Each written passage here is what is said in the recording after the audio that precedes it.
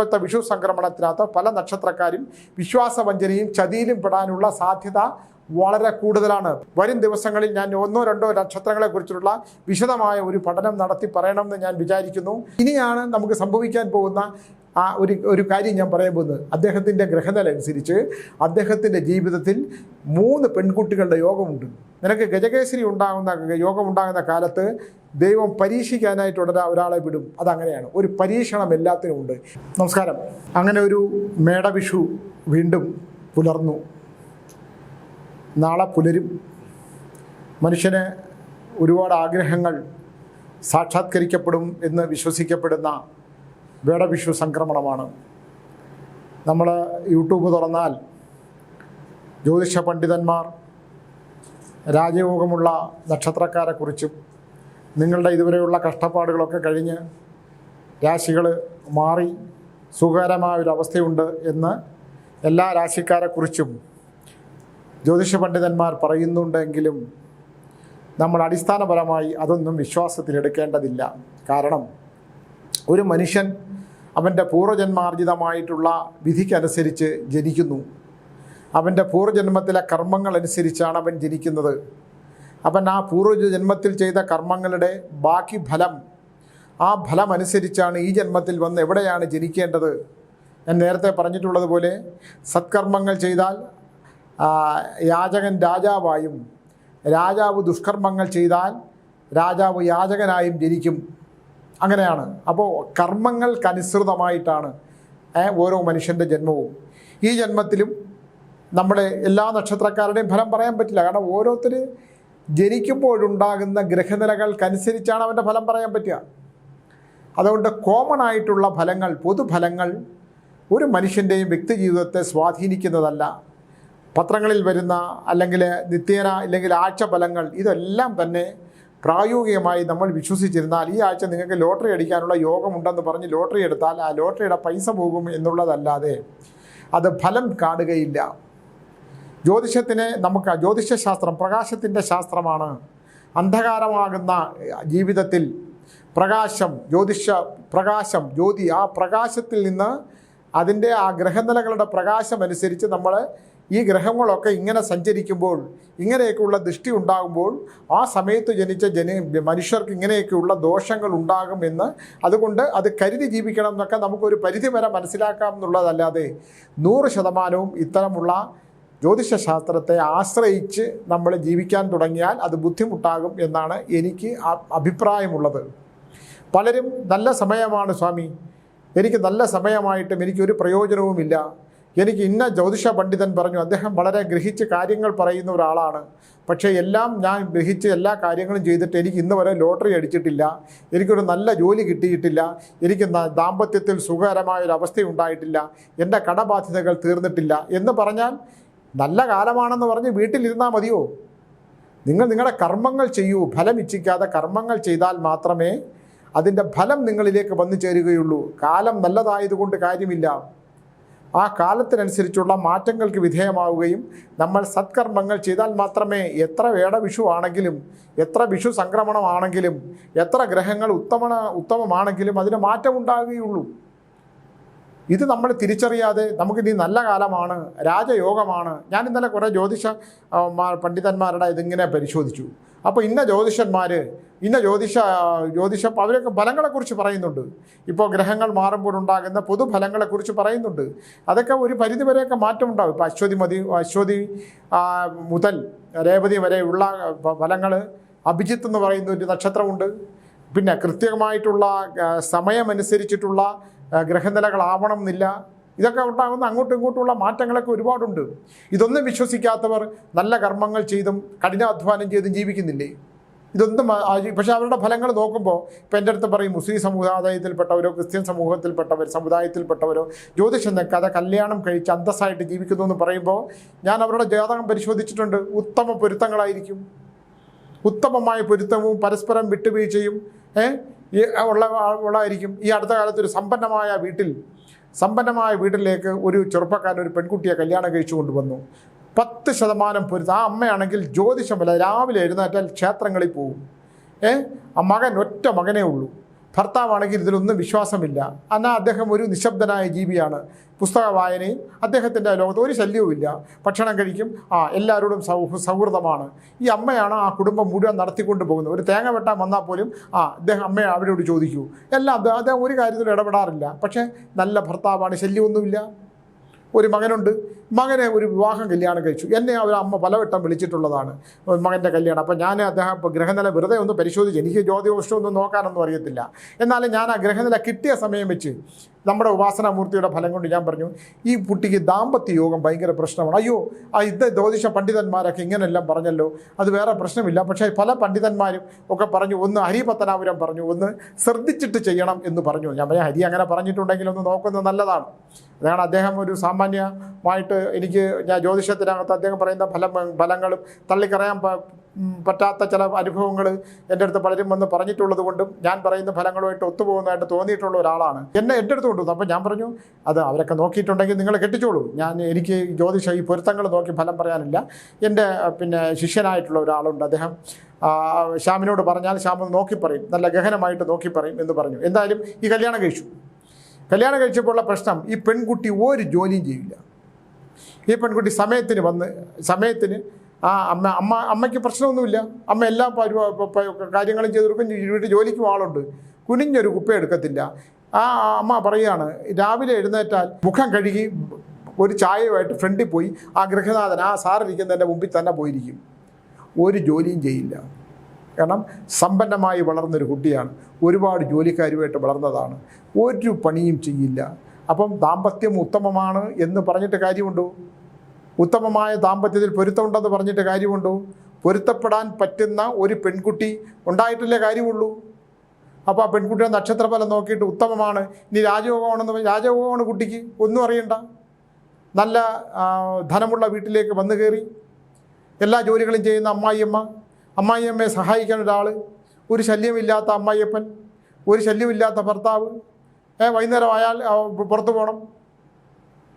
അപ്പം എന്ത് ചെയ്യാൻ പറ്റും സ്വാമി എന്ന് ചോദിച്ചാൽ നമ്മൾ നിശബ്ദരായിട്ടിരിക്കാനേ പറ്റുള്ളൂ. അത് ഓരോരുത്തരുടെ വിധിയാണ്. ഇനി രണ്ടാമത് നമുക്ക് അമ്മയെ ഞെട്ടിക്കുന്നൊരു കാര്യം, അപ്പം ഞാൻ ചോദിച്ചു, കുട്ടികൾ വല്ലതും വേണ്ടാന്ന് പറഞ്ഞു. അതാണ് സ്വാമി ഏറ്റവും, അവൾക്ക് 3 വർഷത്തേക്ക് കുട്ടികൾ വേണ്ട എന്നാണ്. അപ്പോൾ മകൻ ആഗ്രഹമുണ്ട്, പക്ഷെ അവൾ ഇങ്ങനെയാണ് പറയുന്നത്. എന്ത് ചെയ്യാൻ പറ്റും? അപ്പോൾ ഒരു മനോദുഃഖത്തിന് കാരണമായ കാര്യങ്ങൾ അവിടെ ഉണ്ടായി അല്ലേ? അതുകൊണ്ട് ഞാൻ വേണം ജ്യോതിഷശാസ്ത്രം അത് ഒരു സത്യസന്ധമായിട്ടുള്ള ദൈവികമായിട്ടുള്ള അനുഗ്രഹമുള്ള ഒരു ശാസ്ത്രം തന്നെയാണ്.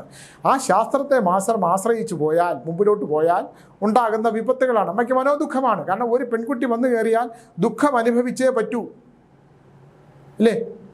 ആ കുട്ടിക്ക് ദൈവവിശ്വാസമില്ല. ഗുരുവായൂർ പോകും, പക്ഷെ അമ്പലത്തിനകത്തോട്ട് കയറി തൊഴത്തില്ല. അവിടെ സാരി ഒരുങ്ങി അവരെയൊക്കെ നിന്നിട്ട് നടന്നിട്ട് തിരിച്ചു വരും. യാത്ര ഭയങ്കര ഇഷ്ടമാണ്. എന്ത് ചെയ്യും? മനോദുഃഖത്തിന് കാരണമായില്ലേ?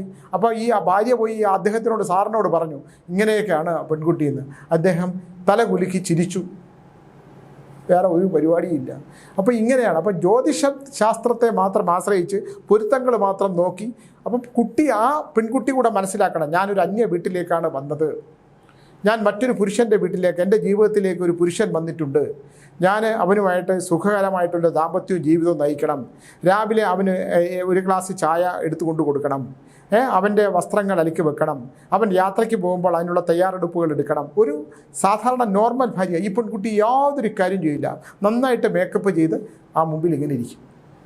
നമ്മളിതിന് എന്ത് മറുപടിയാണ് പറയാൻ പറ്റുന്നത്?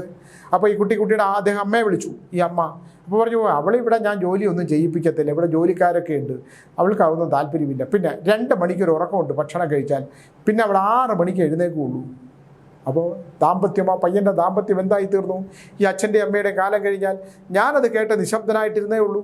എനിക്കതിന് മറുപടി പറയാൻ പറ്റിയില്ല. ഇവിടെയാണ് ജ്യോതിഷശാസ്ത്രത്തിൻ്റെ പ്രശസ്തി. എത്ര വിഷുക്കണി വെച്ചാലും, എത്ര വിഷു മാറി വന്നാലും, എത്ര രാശികൾ മാറിയാലും, മേടരാശി മേടവിഷു ഒക്കെ വന്നാലും, മനുഷ്യൻ്റെ മനസ്സിന് മാറ്റമുണ്ടായില്ലെങ്കിൽ, അവൻ്റെ വിശ്വാസ പ്രമാണങ്ങളല്ല, അവൻ്റെ സ്വഭാവത്തിന് മാറ്റമില്ലെങ്കിൽ ഇതൊക്കെ വന്നിട്ട് എന്ത് കാര്യമാണുള്ളത് അല്ലേ? ആ ചെറുപ്പക്കാരൻ നിശബ്ദനായിട്ട് കുഴപ്പമില്ല. ഇനിയിപ്പോൾ കുറച്ച് കഴിയുമ്പോൾ സംഭവിക്കാൻ പോകുന്നത് എന്താണ്? ആ പെൺകുട്ടിയുടെ താല്പര്യങ്ങൾ മാത്രമാണ് അവിടെ നടക്കുന്നുള്ളൂ. അപ്പോൾ ഈ പെൺകുട്ടിയെ അവൻ്റെ സങ്കല്പത്തിലുള്ള അനുസരിച്ചിട്ടുള്ള ഒരു പെൺകുട്ടിയല്ലത്. അമ്മ പറഞ്ഞു, അവൻ വേറെ ഒരു പെൺകുട്ടിയുടെയും പുറകെ പോയില്ല. അച്ഛനും അമ്മ പറഞ്ഞു, അമ്മ ജാതകം കൊണ്ടുവന്നു, പൊരുത്തൊക്കെ നോക്കി അവൻ കല്യാണം കഴിച്ചു. കല്യാണം കഴിച്ചപ്പം 3 വർഷത്തേക്ക് കുട്ടികൾ വേണ്ട എന്ന് അവൾ പറയുന്നു. അവൻ്റെ മനസ്സിൻ്റെ ഇഷ്ടങ്ങൾക്കനുസരിച്ചിട്ടുള്ള ഒരു കാര്യവും ആ പെൺകുട്ടി ചെയ്യുന്നില്ല. ഒരു കാര്യവും ചെയ്യുന്നില്ല. അപ്പോൾ അമ്മ പറയുന്നത് ഇടയ്ക്കിടയ്ക്ക് അവിടെ അസ്വസ്ഥതകളൊക്കെ കേൾക്കാം, ഞാനത് ശ്രദ്ധിക്കാൻ പോയില്ല, നമ്മൾ ശ്രദ്ധിക്കാൻ പോയാൽ ബുദ്ധിമുട്ടാകാം, ചിലപ്പോൾ അവൾ കരഞ്ഞ് വീങ്ങിയൊക്കെ വരുന്നത് കാണാം. അവനും ഒരു പുരുഷനല്ലേ, സഹിക്കുന്നതിന് പരിധിയില്ലേ. ഇനിയാണ് നമുക്ക് സംഭവിക്കാൻ പോകുന്ന ആ ഒരു കാര്യം ഞാൻ പറയാൻ പോകുന്നത്. അദ്ദേഹത്തിൻ്റെ ഗ്രഹനില അനുസരിച്ച് അദ്ദേഹത്തിൻ്റെ ജീവിതത്തിൽ 3 പെൺകുട്ടികളുടെ യോഗമുണ്ട്. 3 പെൺകുട്ടികൾ. അപ്പോൾ ഇത് കുറച്ച് കഴിയുമ്പോൾ ബുദ്ധിമുട്ടാവും. ഒരു പെൺകുട്ടിയിൽ നിന്ന് കിട്ടേണ്ട ലാളനയും ഒരു പെൺകുട്ടിയിൽ നിന്ന് കിട്ടേണ്ട സ്നേഹവും ഒക്കെ ആ പുരുഷന് കിട്ടിയില്ലെങ്കിൽ എന്ത് പറ്റും? അവളുടെ ജീവിതത്തിൽ മറ്റൊരു പെൺകുട്ടി വരും. ആ പെൺകുട്ടി അങ്ങനെ അവൻ്റെ ഓഫീസിൽ ജോലി ചെയ്യുന്നതോ അല്ലെങ്കിൽ അവന് പരിചയപ്പെട്ടതോ അവളുടെ ദാമ്പത്യത്തിൽ പ്രശ്നങ്ങളായിട്ട് നിന്ന് പൊരുത്തപ്പെടാൻ പറ്റാതെ കള്ളും കുടിച്ച് 4 കളി കിടക്കുന്ന ഒരു ഭർത്താവും ഒക്കെ ആയിട്ട് നിൽക്കുന്ന, അസ്വസ്ഥമായിട്ട് നിൽക്കുന്ന ഒരു ഭാര്യയാണെങ്കിൽ അവരുടെ ജീവിതത്തിൽ ഈ അസ്വസ്ഥരായി നിൽക്കുന്ന 2 ദാമ്പത്യങ്ങളിലെ 2 പേര് തമ്മിൽ ഒന്ന് ചേരും. അല്ലേ? സ്വാഭാവികമാണ്. നമുക്ക് ആരെ കുറ്റപ്പെടുത്താൻ പറ്റും? അവിടെയാണ് ഒരു സ്നേഹബന്ധം ഉടലെടുക്കുന്നത്. പരസ്പരം ഉടഞ്ഞുപോയ 2 വിഗ്രഹങ്ങളെ ചേർത്ത് വയ്ക്കുകയല്ല, ഉടഞ്ഞുപോയ വിഗ്രഹങ്ങൾ ഒരു ശില്പി വീണ്ടും പണിത് വയ്ക്കുന്നത് പോലെ ഉയർത്തെഴുന്നേക്കും. ഈ കഴിഞ്ഞ 2 ദിവസത്തിന് മുമ്പ്, അടുത്തല്ല 2 ദിവസങ്ങൾക്ക് മുമ്പ് ഒരു അച്ഛൻ എന്നെ വിളിച്ചിട്ട് പറഞ്ഞ പോലെ മകള് വിവാഹ യോഗമായി ജോലി കിട്ടിയിട്ട് മതിയെന്ന് പറഞ്ഞു, കല്യാണം നിശ്ചയിച്ചു. വിവാഹം നിശ്ചയിച്ചപ്പോൾ അമ്മ പറയുന്നു, അച്ഛൻ പറയുന്ന വിവാഹം പറ്റില്ല, ഞാനൊരാളുമായിട്ട് ഇഷ്ടമുണ്ടെന്ന്. ഒരിക്കലും പൊരുത്തപ്പെടാൻ പറ്റാത്ത ഒരു ചെറുപ്പക്കാരൻ. അപ്പോൾ എൻ്റെ അടുത്ത് പറഞ്ഞു, സ്വാമി എന്തെങ്കിലും മാർഗമുണ്ടോ ഇതൊന്ന് ചെയ്യാൻ? അപ്പോൾ ഞാൻ ആ പെൺകുട്ടിയായിട്ട് സംസാരിച്ചു. ആ പെൺകുട്ടി ചോദിക്കുന്ന ഒരു ചോദ്യത്തിനും എനിക്ക് ഉത്തരമില്ല. സ്വാമി, ഞാനാണ് ജീവിക്കേണ്ടത്, എൻ്റെ അച്ഛനും അമ്മയും അല്ല. എനിക്ക് അയാളോട് തോന്നുന്ന ഇഷ്ടമുണ്ട്, അയാൾക്ക് ഒരുപാട് നല്ല ഗുണങ്ങളുണ്ട്, അയാളുടെ ജാതിയും മതവും ഒക്കെ വ്യത്യാസമാണ്. എനിക്ക് പൊരുത്തപ്പെടാൻ പറ്റാത്ത, അച്ഛനും അമ്മയ്ക്കും പൊരുത്തപ്പെടാൻ പറ്റിയില്ലെങ്കിലും എനിക്ക് പൊരുത്തപ്പെടാൻ പറ്റും. ഞാനാണ് അയാളോടൊപ്പം ജീവിക്കുന്നത്. നമുക്ക് ഉത്തരവില്ല. അവന് നല്ല കള്ളു കുടിക്കത്തില്ല, സ്ത്രീകളുടെ മുഖത്ത് നോക്കത്തില്ല, പിന്നെ ഞാനുമായിട്ട് 6-5 വർഷത്തെ സൗഹൃദമാണ്, ഞാൻ പറയുന്നതിലപ്പുറത്തേക്ക്. ഇതൊക്കെ ആ കുട്ടി അടിയുറച്ച് വിശ്വസിക്കുന്ന കുട്ടി മുമ്പിൽ ഞാനിങ്ങനെ മിണ്ടാതിരുന്ന് കേട്ടുകൊണ്ടിരുന്നു. ഒന്നും പറയാൻ പറ്റില്ല. ഞാൻ ആ പിതാവിനോട് പറഞ്ഞു, ഒന്നും ചെയ്യാൻ പറ്റില്ല. അപ്പോൾ എന്തെങ്കിലും പൂജ പരിഹാരങ്ങൾ ഒരിക്കലും പറ്റില്ല. ഒരു പൂജ പരിഹാരങ്ങളും ഇല്ല. ഇതൊക്കെ പോയി അനുഭവിക്കാനുണ്ടെങ്കിൽ നമ്മൾ പറഞ്ഞു കൊടുക്കുക. ഇതിനകത്ത് എനിക്ക് ഏറ്റവും വിഷമമുള്ള ഒരു കാര്യം എന്താണെന്ന് പറഞ്ഞാൽ, ഗ്രഹനിലകൾ നോക്കുമ്പോൾ ഒരിക്കലും പൊരുത്തപ്പെടാൻ പറ്റാത്ത ഗ്രഹനിലകളാണെങ്കിൽ ദാമ്പത്യത്തിലുണ്ടാകുന്ന പ്രശ്നങ്ങളല്ല പ്രശ്നം. അംഗവൈകല്യമുള്ള കുട്ടികൾ ജനിക്കുക. അംഗവൈകല്യമുള്ള കുട്ടികൾ ജനിക്കുക മാത്രമല്ല, ബുദ്ധിക്ക് പ്രശ്നമുണ്ടാകുക, സംസാരത്തിന് ശേഷിക്കുറവുണ്ടാകുക, കേൾവിക്ക് കുറവുണ്ടാകുക. ഇത് എങ്ങനെയാണ്? കുറച്ച് കഴിയുമ്പോൾ ഇതൊക്കെ പോകും. ഞാൻ പറഞ്ഞിട്ടുള്ളതാണ്. ഇത് ഞാൻ ഗ്രഹനിലയെ നോക്കും. അത് വലിയ പ്രശ്നമില്ലെങ്കിൽ തന്നെ, ഇല്ലെങ്കിൽ സ്കിന്നിന് 2 പൊരുത്തപ്പെടാൻ പറ്റാത്ത 2 ഗ്രഹനിലകൾ തമ്മിൽ ചില ഗ്രഹങ്ങളാണ്, അത് വിഭിന്നമായ വ്യത്യസ്തമായിട്ടുള്ള ദീർഘകോണുകളിൽ നിൽക്കുന്ന, ഒരിക്കലും പൊരുത്തപ്പെടാൻ പറ്റാത്ത വീക്ഷണം, അതിൻ്റെ ദർശനത്തിലൊക്കെ ഉള്ള പ്രശ്നങ്ങൾ അതൊക്കെ ഉണ്ട്.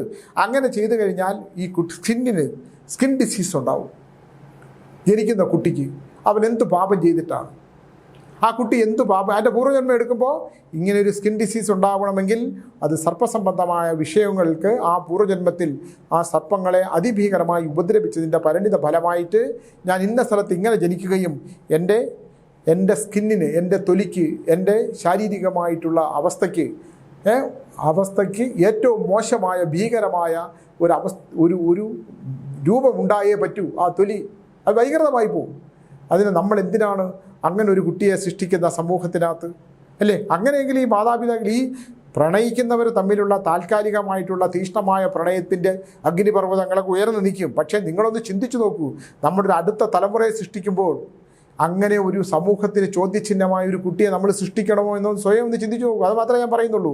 ഞാൻ ആ പെൺകുട്ടിയോട് ചോദിച്ചു, ഞാൻ പറഞ്ഞു, നിങ്ങൾക്ക് ഇങ്ങനെ ഒരു ഗ്രഹനില സംബന്ധിച്ചിട്ടുള്ള ഇങ്ങനെ ഒരു വിഷയം ചിലപ്പോൾ ഉണ്ടാകാൻ സാധ്യതയുണ്ട്. അങ്ങനെയൊന്നും ഉണ്ടാവില്ല.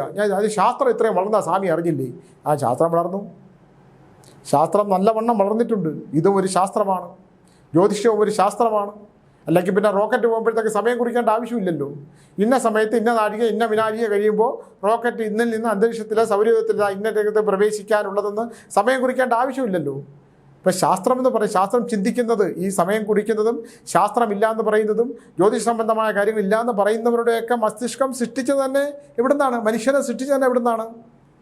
അപ്പോൾ പ്രപഞ്ചത്തിൽ നിന്നുണ്ടാകുന്ന കോടാനുകൂടി വർഷങ്ങൾക്ക് മുമ്പ് കത്തിജ്വലിക്കുന്ന സൂര്യനിൽ നിന്ന് അടർന്ന് വീഴുന്ന ഒരു കഷ്ണം, ആ കഷ്ണം ഭൂമി വീണ് പ്രപഞ്ചത്തിൻ്റെ ഒരു കടുത്ത് വീണ് തണുത്തുറഞ്ഞ് അങ്ങനെ ഉറഞ്ഞ ഒരു കഷ്ണമാണ് ഭൂമി, സയൻസ് പറയുന്നത്. അവിടെ പിന്നെ ദൈവികമായ അനുഗ്രഹം കൊണ്ട് ജീവജാലങ്ങളുണ്ടായി, ദൈവത്തിൻ്റെ സ്പർശം കൊണ്ട് മനുഷ്യരുണ്ടായി, മൃഗങ്ങളുണ്ടായി, മനുഷ്യർക്ക് ആവശ്യമുള്ളതായി, മനുഷ്യന് ദുഃഖങ്ങൾ കൊടുത്തു, പക്ഷിലതാദികളെ ഉണ്ടാക്കി, പ്രകൃതിക്ക് സൗന്ദര്യം കൊടുത്തു. ഇതെല്ലാം കൊടുക്കുന്ന ഒരു ശക്തിയുണ്ട്. ആ ശക്തിയെ നമ്മൾ വിശ്വാസമില്ലെങ്കിൽ ഉണ്ടാകാൻ പോകുന്നതിനെക്കുറിച്ചാണ് ഞാൻ പറഞ്ഞിട്ടുള്ളത്. ഇപ്പോൾ നല്ല വിഷു സംക്രമണവും നല്ല രാശിയും ഒക്കെ തുടങ്ങുന്ന നല്ല ഇത്രയും കാലത്തെ നിങ്ങളുടെ സുഖകരമായ ദുഃഖകരമായിട്ടുള്ള കാലങ്ങളൊക്കെ മാറി. ഏപ്രിൽ മേടവിഷു വരുമ്പോഴത്തേക്ക് ഗ്രഹങ്ങൾക്കെല്ലാം മാറ്റം സംഭവിച്ചു. എന്നാലും ജീവിതത്തെ വളരെ ശ്രദ്ധിക്കേണ്ടതായിട്ട്, കരുതലോടുകൂടി ജീവിക്കേണ്ടതായിട്ട് ഒരുപാടുണ്ട്. സാമ്പത്തികമായ ബന്ധനമുള്ളവർക്ക് മാറ്റമുണ്ടാകുമെന്ന് പറയുന്നുണ്ട്. ദാമ്പത്യത്തിൽ പ്രശ്നമുള്ളവർക്ക് മാറ്റമുണ്ടാകും. വിദ്യാഭ്യാസപരമായിട്ടുള്ള തടസ്സമുള്ളവർക്ക് മാറ്റമുണ്ടാകും. ദൈവികമായ അനുഗ്രഹമുള്ളവർക്ക് ആ അനുഗ്രഹം പൂർണ്ണമായി ലഭിക്കേണ്ട അവസ്ഥ ഓരോ നക്ഷത്രങ്ങൾക്കും ഓരോന്നാണ്. അങ്ങനെ എല്ലാ നക്ഷത്രക്കാർക്കും അനുകൂലമായിട്ടുള്ള ഒരവസ്ഥ ഉണ്ടാകട്ടെ എന്നും, പക്ഷേ സ്ഥായിയായി അടിസ്ഥാനമായി മനുഷ്യനുണ്ടാകുന്ന ബന്ധനവും ദുഃഖവും ദുരിതവും ഒക്കെ എല്ലാ മനുഷ്യനും ഉള്ളതാണെന്നും, എത്ര ഗ്രഹങ്ങൾക്ക് മാറ്റമുണ്ടായാലും ഈ അടിസ്ഥാനപരമായ ചില വിഷയങ്ങൾ നമ്മളായിട്ട് മാറിയില്ലെങ്കിൽ, നമ്മൾ ശ്രദ്ധിച്ചില്ലെങ്കിൽ ഇതൊന്നും തന്നെ പരിഹാരമല്ല എന്ന് പറയാൻ വേണ്ടിയിട്ടാണ് ഞാനിത് പറഞ്ഞത്, അല്ലേ? പിന്നെ വിശ്വാസവഞ്ചന, വിശ്വസിക്കുന്നവർ വഞ്ചിക്കപ്പെടാനുള്ള സാധ്യത എല്ലാ നക്ഷത്രക്കാരിലും ഉണ്ട്. ഒരു നല്ല ശതമാനം നക്ഷത്രക്കാരും സാമ്പത്തിക ചൂഷണം. ഞാൻ ഇന്ന് വെറുതെ ഒന്ന് ഓടി, എനിക്ക് ജ്യോതിഷം അറിയത്തില്ല, എന്നാലും ഞാൻ വെറുതെ ഒന്ന് ഓടിച്ച് നോക്കുമ്പോൾ കാണുന്ന ഒരുപാട് കാര്യമുണ്ട്. ഇപ്പോൾ പല നക്ഷത്രക്കാർക്കും വളരെ രാജയോഗങ്ങളും ചക്രവർത്തി യോഗവും ഒക്കെ പറഞ്ഞിട്ടുണ്ടെങ്കിലും അവരെ ശ്രദ്ധിച്ചു പോകേണ്ട ഒരു നേരം, ശ്രദ്ധിച്ചു പോകേണ്ട ഒരു സമയമാണ്.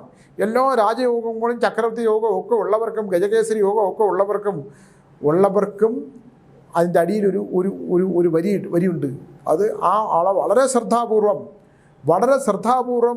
ഇത് കടന്നപ്പുറത്തോട്ട് കയറിയില്ലെങ്കിൽ, എനിക്കിപ്പോൾ രാജയോഗമാണ്, എനിക്കൊരു കുഴപ്പമില്ല, എൻ്റെ സമയമൊക്കെ ഏറ്റവും നല്ലതാണ് എന്ന് പറഞ്ഞാൽ, മുമ്പിലെ കുഴി അറിയാതെ കണ്ണടച്ച് എനിക്ക് ഏറ്റവും നല്ല സമയമാണ്, അതുകൊണ്ട് ഞാൻ കുറച്ചു നേരം കണ്ണടച്ച് യാത്ര ചെയ്യാം എന്ന് പറഞ്ഞാൽ മുമ്പിൽ അഗാധമായ ഗർത്തത്തിനകത്ത് പോയി വീഴും. നല്ല സമയമായതുകൊണ്ട് മൃത്യു സംഭവിക്കില്ല, പക്ഷേ കുറേ നേരം അവിടെ കിടക്കേണ്ടി വരും. കൈയും കാലും ഒക്കെ ഒടിഞ്ഞ് കിടന്ന് ആരെങ്കിലുമൊക്കെ വന്ന് രക്ഷപ്പെടും. മൃത്യു സംഭവിക്കില്ല, പക്ഷേ തത്തുല്യമായ കാര്യങ്ങൾ സംഭവിക്കാനുള്ള സാധ്യതകളുള്ളത് കൊണ്ട് എന്ത് ചെയ്യണം? കരുതണം. നമ്മളെ ശ്രദ്ധയോടുകൂടി ജീവിക്കാനാണ് ഓരോ ഗ്രഹങ്ങൾക്ക് മാറ്റമുണ്ടാകുമ്പോഴും, ഓരോ ഗ്രഹങ്ങൾക്കും മാറ്റമുണ്ടാകുമ്പോഴും നമ്മുടെ ഗ്രഹം പോയി നിൽക്കുന്നത് എവിടെയാണ് നമ്മുടെ ഗ്രഹം നിൽക്കുന്നത്, എന്തൊക്കെയാണ് മാനസികമായും ശാരീരികമായിട്ടുള്ള വ്യത്യാസങ്ങൾ നമുക്കുണ്ടാകുന്നത്, നമ്മുടെ മനസ്സിനുണ്ടാകുന്ന കാരാഗ്രഹവാസമുണ്ടോ? കാരാഗ്രഹവാസം വെച്ചാൽ ജയിലിൽ കിടക്കുക മാത്രമല്ല, നമ്മുടെ മനസ്സിൽ ബന്ധനമുണ്ടാകുമോ? മനസ്സിൻ്റെ ബന്ധനമാണ് കാരാഗ്രഹവാസത്തിൽ ഏറ്റവും കൂടുതലുള്ളത്. ഒരു മനോദുഃഖമുണ്ടായാൽ അത് കാരാഗ്രഹവാസമാണ്. അപ്പോൾ ഇതൊക്കെയാണ് ഈ മേടവിഷു സംക്രമണം കൊണ്ട് നമ്മുടെ എല്ലാ ഗ്രഹങ്ങൾക്കും, ഞാനിന്ന് കുറേ പരിശോധിച്ചിട്ടാണ് ഞാൻ ഈ പറയുന്നത്, ഒരുപാട് മാറ്റങ്ങൾ ഉണ്ടാകുകയും ആ മാറ്റങ്ങൾ ഉൾക്കൊള്ളുകയും ആ മാറ്റങ്ങൾ ഉൾക്കൊണ്ടുകൊണ്ട് നമുക്ക് എവിടെയാണ് നമ്മളെ ചേഞ്ചസ് വരുത്തേണ്ടത്, ശ്രദ്ധയാകേണ്ടത് എന്ന് പറഞ്ഞ് ഞാൻ ഒരു നാടോടി കഥയോടെ പറയും. ഞാൻ പലപ്പോഴും പറഞ്ഞിട്ടുള്ളതാണ്. കാരണം പല ഗ്രഹങ്ങളും എടുക്കുമ്പോൾ സൗഹൃദങ്ങളാൽ നാശമുണ്ടാകും എന്നൊരു സംഭവമുണ്ട്. സൗഹൃദങ്ങളാൽ നാശം. നീ ഒരു സുഹൃത്തിനെ തിരഞ്ഞെടുക്കുമ്പോൾ, നീ എനിക്ക് ഏറ്റവും പ്രിയപ്പെട്ടവനാണെന്ന് പറയുമ്പോൾ നമുക്കുണ്ടാകേണ്ട ഒരു ദോഷകാലം, നിങ്ങളെ ഒരു പരിചയമില്ലാത്ത ഒരാളോട് പെട്ടെന്നൊരു അടുപ്പം തോന്നുക. ആ അടുപ്പം തോന്നുന്നു അവനെ ചേർത്ത് പിടിക്കുമ്പോഴുണ്ടാകുന്ന ദോഷം, അവൻ എന്തിനാണ് അവൻ നമ്മളിലേക്ക് വന്നു ചേർന്നത്? നിൻ്റെ രാജയോഗമുള്ള കാലത്ത്, നിനക്ക് ചക്രവർത്തി യോഗം ഉണ്ടാകുന്ന കാലത്ത്, നിനക്ക് ഗജകേസരി യോഗം ഉണ്ടാകുന്ന കാലത്ത് ദൈവം പരീക്ഷിക്കാനായിട്ട് ഒരാളെ വിടും. അതങ്ങനെയാണ്. ഒരു പരീക്ഷണം എല്ലാത്തിനും ഉണ്ട്. ഏത് നല്ല കാലത്തും ഒരു പരീക്ഷണമുണ്ട്. അതിൻ്റെ ഒരു ഉദാഹരണം ഞാൻ പറഞ്ഞു തരാം. ഞാൻ പറഞ്ഞിട്ടുള്ളതാണ്, എന്നാലും ഞാൻ അതൊന്നുകൂടെ ഇന്നത്തെ കാലം ഓർമ്മിപ്പിക്കുന്നത്, ഒരുപാട് നക്ഷത്രങ്ങളിൽ വിശ്വാസവഞ്ചനയും ചതിയും ഉണ്ടാകാനുള്ള സാധ്യത ഞാൻ ഒറ്റ നോട്ടത്തിൽ കണ്ടതാണ്. വിശ്വാസവഞ്ചനയും ചതിയും, വിശ്വസിക്കുന്നവർ വഞ്ചിക്കപ്പെടുകയും ചതിക്കപ്പെടുകയും സാമ്പത്തിക ബന്ധനത്തിലുണ്ടാകുകയും ജാമ്യം നിൽക്കേണ്ട ഒരുപാട് നക്ഷത്രങ്ങളുണ്ട്. ഞാൻ അതിനെക്കുറിച്ചൊന്ന് വിശദമായിട്ട് പഠിച്ചിട്ട് ഞാൻ പറയാം. ഞാൻ പഠിച്ചിട്ട് ഗ്രഹങ്ങളെക്കുറിച്ചിട്ടുള്ള നക്ഷത്രങ്ങളെക്കുറിച്ചുള്ളൊരു പഠനം ഞാനൊന്ന് നോക്കാമെന്ന് വിചാരിക്കുകയാണ്. എനിക്ക് അത്ര ഗ്രാഹ്യമില്ല ജ്യോതിഷം, എന്നാൽ പോലും ഒന്ന് പറയാം എന്ന് 2 നക്ഷത്രങ്ങൾ വെച്ചെങ്കിലും ഒരു ദിവസം പറയണമെന്ന് വിചാരിക്കുന്നു. സമയക്കുറവും എഴുത്തൊക്കെ കൊണ്ടാണ് നടക്കാത്തത്. പിന്നെ കണ്ണിനൊക്കെ പ്രശ്നങ്ങളുണ്ട്, ട്രീറ്റ്മെൻറ്റൊക്കെയാണ്. അതുകൊണ്ട് മൊബൈലൊന്നും എടുക്കാൻ പറ്റില്ല. മൊബൈൽ നോക്കി അപ്പോൾ കണ്ണുവേദന എടുക്കും. വല്ലപ്പോഴും ഒരു മൊബൈൽ, ടീച്ചറാണ്, അതുകൊണ്ട് മൊബൈലൊക്കെ നോക്കുകയോ എടുക്കുകയൊക്കെ ചെയ്യുന്നത്. എന്നാൽ ഞാൻ എടുത്ത് അപ്പോൾ തന്നെ എൻ്റെ ഇത് പിടിച്ച് മാറ്റി വെക്കും, നോക്കണ്ടെന്ന് പറഞ്ഞു. അപ്പോൾ അതിൻ്റെ ട്രീറ്റ്മെൻറ്റൊക്കെ ആയതുകൊണ്ടും എനിക്ക് എഴുതാനും ഒക്കെ ബുദ്ധിമുട്ടാണ്. അതുകൊണ്ട് ഞാൻ 10 ദിവസം കൊണ്ട് എഴുതുന്നത് ഇപ്പോൾ 25 ദിവസമായാലും തീരാത്തൊരവസ്ഥയാണ്. ഞാൻ പറഞ്ഞു വന്ന ഒരു കഥ ഞാനിന്ന് പറഞ്ഞ് ഞാൻ എല്ലാവർക്കും ഒരു വിഷു ആശംസകളോട് നേരുന്നതിന് മുമ്പ് ഞാനീ കഥയെന്ന് പറയാം. ഒരാൾക്കൊരു പെരുമ്പാമ്പിൻ്റെ കുഞ്ഞിനെ കിട്ടി. അയാൾ ആ പെരുമ്പാമ്പിൻ്റെ കുഞ്ഞിനെ കൊണ്ടുപോയി വളർത്തി, താലോലിച്ച് വളർത്തി, കൂടെ കിടത്തി ഉറക്കി. അതൊരു വലിയ പെരുമ്പാമ്പായിട്ട് മാറി. പക്ഷേ ഒരു അവസ്ഥ കഴിഞ്ഞപ്പോൾ ഈ പെരുമ്പാമ്പ് ഭക്ഷണം കഴിക്കാതെ രാത്രികളിൽ ഇയാളോടൊപ്പം ചേർന്ന് കിടന്നു. ഇയാൾക്ക് ദുഃഖം സഹിക്കാൻ വയ്യാതെ ഇയാൾ ഈ പെരുമ്പാമ്പിനെയും കൊണ്ട് ഇവിടെ പോയി മൃഗഡോക്ടറെ അടുത്ത് പോയിട്ട് പറഞ്ഞു, ഡോക്ടർ എനിക്ക് സഹിക്കാൻ പറ്റണില്ല, ഈ പെരുമ്പാമ്പ് കുട്ടിക്കാലത്ത് എനിക്ക് കിട്ടിയതാണ്, ഇതിനെ ഞാൻ അതിനെ സ്നേഹിച്ച് വളർത്തി, ഇതിനെ ഞാൻ എൻ്റെ കൂടെ കിടത്തി ഉറക്കി, ഈ പെരുമ്പാമ്പില്ലാതെ എനിക്ക് ജീവിക്കാൻ പറ്റില്ല, വളരെ കാലമായിട്ട് ഇതൊന്നും കഴിക്കുന്നില്ല, ഞാൻ ഇങ്ങനെ കഴിക്കാൻ, ഞാൻ എൻ്റെ ആത്മഹത്യക്കകത്ത് കഥ എഴുതിയിട്ടുണ്ട്, ഈ നാടോടി കഥ. എന്നിട്ട് അതുകൊണ്ട് എനിക്ക് ഇതിൻ്റെ കൂടെ മരിക്കാനാണ്, ഞാനത് മരിച്ചാൽ ഞാനും ചത്തുപോകുമെന്ന് പറഞ്ഞപ്പോൾ ഡോക്ടർ ചിരിച്ചുകൊണ്ട് പറയും, മനുഷ്യ അത് വയറൊഴിച്ചിട്ടേക്കാണ്, രാത്രി നിങ്ങളുടെ ചേർന്ന് കിടക്കുന്ന എന്തിനാണെന്ന് നിങ്ങൾക്ക് മനസ്സിലായോ? അത് നിങ്ങളോടുള്ള സ്നേഹം കൊണ്ടല്ല, നിങ്ങളെ വിഴുങ്ങാനാണ് എന്ന് അദ്ദേഹം പറഞ്ഞു കൊടുക്കും. ഞാനിത് പറഞ്ഞത് ഈ മേടവിഷുവിന്, ഈ ഇപ്പോഴത്തെ വിഷു സംക്രമണത്തിനകത്ത് പല നക്ഷത്രക്കാരും വിശ്വാസവഞ്ചനയും ചതിയിലും പെടാനുള്ള സാധ്യത വളരെ കൂടുതലാണ്. പ്രത്യേകിച്ച് ചില നക്ഷത്രങ്ങളെ ഞാൻ നോക്കി വെച്ചിട്ടുണ്ട്. ഞാൻ ആ നക്ഷത്രങ്ങളെക്കുറിച്ച് ഒന്നുകൂടെ പഠിച്ചിട്ട് പറയാം. നിങ്ങൾ സാമ്പത്തികമായിട്ടുള്ള ഇടപാടുകൾ നടത്തുന്നുണ്ടെങ്കിൽ, പാർട്ണർഷിപ്പ് ബിസിനസ് നടത്തുന്നുണ്ടെങ്കിൽ, പണം പലിശയ്ക്ക് കൊടുക്കുക, വിശ്വാസത്തിൻ്റെ പേരിൽ വീട് പണയം വയ്ക്കുന്നുണ്ടെങ്കിൽ, സ്നേഹബന്ധങ്ങളിൽ വിശ്വസിച്ച് വല്ലതും പറഞ്ഞിട്ടുണ്ടെങ്കിൽ ഉത്തമർ ചതിക്കുന്ന അത്തരത്തിലുള്ള ഒരുപാട് ലക്ഷണങ്ങൾ ഞാൻ കണ്ടിട്ടുണ്ട്. വരും ദിവസങ്ങളിൽ ഞാൻ 1-2 നക്ഷത്രങ്ങളെക്കുറിച്ചുള്ള വിശദമായ ഒരു പഠനം നടത്തി പറയണമെന്ന് ഞാൻ വിചാരിക്കുന്നു. എനിക്ക് ജ്യോതിഷം അറിയാവുന്നല്ല, ഒരുപാട് നല്ല ജ്യോതിഷ പണ്ഡിതന്മാർ കറക്റ്റായിട്ട് വളരെ കൃത്യമായിട്ട് ഗ്രഹനിലകൾ പരിശോധിച്ച് ഫലം പറയുന്ന കാലമാണ്. ഞാൻ പറയുന്നത് ഉത്തമമാവണമെന്നില്ല, എന്നാലും ഞാൻ വളരെ സൂക്ഷ്മയോട് ചില പെൺകുട്ടികളുടെ ചില നക്ഷത്രങ്ങൾ അനുസരിച്ചിട്ടുള്ള ചില ദോഷങ്ങളുണ്ട്, ചില അപകട സാധ്യതകളുണ്ട്, ചില പുരുഷ വഞ്ചനകളുണ്ട്, ഹിതമല്ലാത്ത മാർഗത്തിലൂടെ സഞ്ചരിക്കാനായിട്ടുള്ള സാധ്യതകളൊക്കെ ഞാൻ കണ്ടിട്ടുണ്ട്. ഇത് കർണേശ്വരി ഉപാസനയോട് പറയുന്നത് കൊണ്ട് നിങ്ങളൊന്ന് ശ്രദ്ധിക്കുന്നത് നല്ലതായിരിക്കും. ഞാൻ പറയുന്നത് പൂർണ്ണമായി വിശ്വസിക്കണമെന്നില്ല, എന്നാൽ പോലും ഒന്ന് ശ്രദ്ധിക്കുന്നത് നല്ലതാണ്. എല്ലാവർക്കും സന്തോഷകരവും സമാധാനപരവും ശാന്തിയും കിട്ടുന്ന, സമാധാനവും കിട്ടുന്ന ഒരു വിഷു പുലരി ആഗ്രഹിക്കുകയാണ്, പ്രാർത്ഥിക്കുകയാണ്. എല്ലാവർക്കും നന്മ ഉണ്ടാകട്ടെ. എൻ്റെ വിഷു ആശംസകൾ. നമസ്കാരം.